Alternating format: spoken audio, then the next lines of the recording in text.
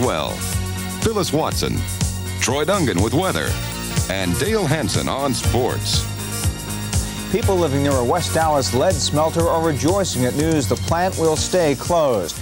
Good afternoon. I'm David Margulies. John and Phyllis both have the day off. Late last night, the city refused to allow the Murmur Corporation to reopen the plant. But today, the owners of the smelter say they are not giving up, and now they are threatening to sue the city. Channel 8's Bill Brown has been talking with both sides and is here now with details. Bill? The Environmental Protection Agency today says it wants to fine Dallas-based Diamond Shamrock Corporation more than $2 million. The charge that Diamond Shamrock illegally dumped toxic PCB waste at a plant in the Port Arthur area. The EPA complaint alleges the company disposed of the highly poisonous materials at 2 sites that were not authorized under federal law to accept byproducts of the pesticide production.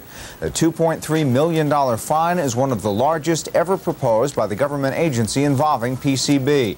Diamond Shamrock has 20 days to respond to the complaint. The long-awaited changes in the Dallas Police Department's deadly force policy have now been made. Today, the new policy is being distributed throughout the police department. Channel 8's Gary Reeves reports the changes aren't major, but the Dallas police chief hopes they will make a big impact. 3 persons were injured this afternoon when their cars were rammed during a police chase. The 4-car pileup occurred at about 2 o'clock in South Dallas.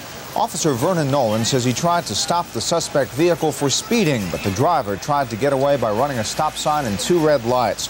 The suspect's car hit 2 vehicles in an intersection before it was rammed by an unmarked police car. The 3 victims are in fair condition. The officer and suspect weren't hurt. The driver is identified as 36-year-old Larry Cogan. He was wanted for possession of a weapon, and police say that a gun was found in his car. The director of the Miss Texas pageant says he didn't mean to offend anyone when he said the current Miss Texas has, and I'm quoting now, all the parts it takes to be Miss America. But B. Don Magnus says he won't apologize for remarks that local feminist leaders have labeled both sexist and condescending. 21-year-old Tamara Hex will represent Texas in the upcoming Miss America pageant in Atlantic City. Magnus' remarks came in a press release extolling her chances and saying there may not be a better body in the USA. Magnus says the comment was meant as a compliment, and feminists don't have to watch the Miss America pageant if it offends them. State Attorney General Jim Maddox says his office is going to get tough with parents who fail to make their child support payments. Maddox today in Fort Worth announced the startup of Operation Pay Up, a program to jail those who are behind in their payments. The procedure will begin in Tarrant County. Channel 8's Mike Devlin is in our Fort Worth newsroom with the story. Mike? Troy is along next with our weekend forecast. Some Balk Springs residents have a new way of calling for emergency help. And Dale takes a look at some of those new faces on the Cowboys team, so please stay with us. Well, Troy, my slicker is all packed for hurricane duty. What are the chances I'll have to use it? Well, you and Dr. Red may have to wait a little while. We had that tropical depression in the Gulf. Troy, thank you. B. Fowler is joining us now with sign interpretation for our next story. For the first time, hearing-impaired people in Balk Springs can call the police in case of an emergency. The city yesterday set up a receiver as part of a telecommunications system that works with home terminals. Balk Springs is one of a growing list of communities that now use the TTY system. More from Channel 8's Russ Mitchell.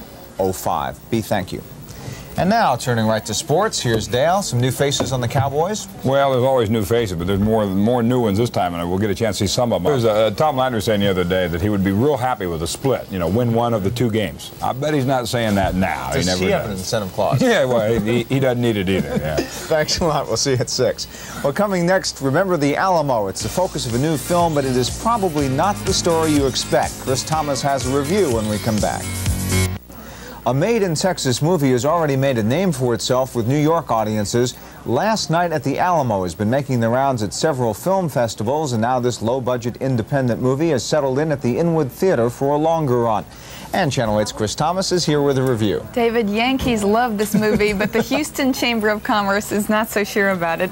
With them in their long necks all night long. Is there anything else to see? Not much. The next big movie opening date is September 21st. Well, maybe people will stay home and watch the weekend news. Yeah, right. Thanks a lot, Chris. And thank you very much for joining us this week. Phyllis and John will be back on Monday. Now stay tuned for ABC's World News Tonight. Have a good weekend.